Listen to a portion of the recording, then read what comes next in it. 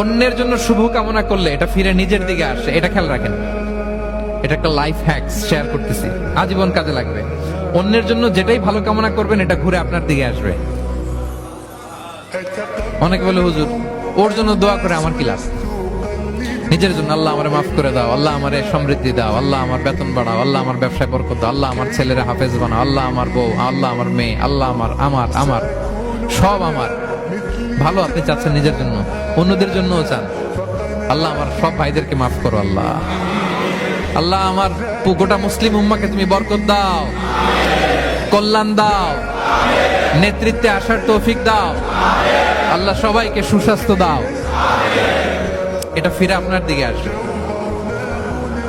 অন্যের জন্য শুভকামনা বহুগুণ বৃদ্ধি হয়ে নিজের দিকে রিটার্ন করে। বিষ্ণু সাল্লাল্লাহু এটাই বলেছেন, মা মিন আবদিন মুসলিমিন ইয়াদউ লিআখিহি বিযাহরিল গায়বি ইল্লা ক্বালা লাহুল মালাকু ওয়া লাকা বিমিসলিন।